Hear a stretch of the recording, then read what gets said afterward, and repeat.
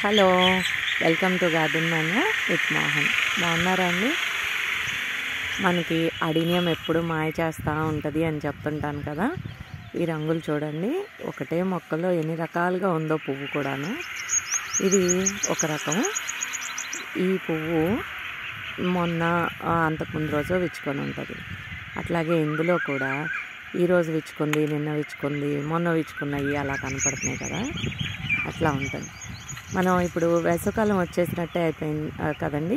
అందుకని మనం వాటరింగ్ కూడా ఇస్తే మార్నింగ్ ఇవ్వండి. అంటే మార్నింగ్ 9 లోపు వాటరింగ్ ఇవ్వండి, లేదంటే ఈవినింగ్ 5 తర్వాతే ఇవ్వండి. ఈ లోపు మాత్రం వాటరింగ్ చేయొద్దు. రోజు ఇచ్చి రోజు నీళ్ళు పోసుకోవాలి.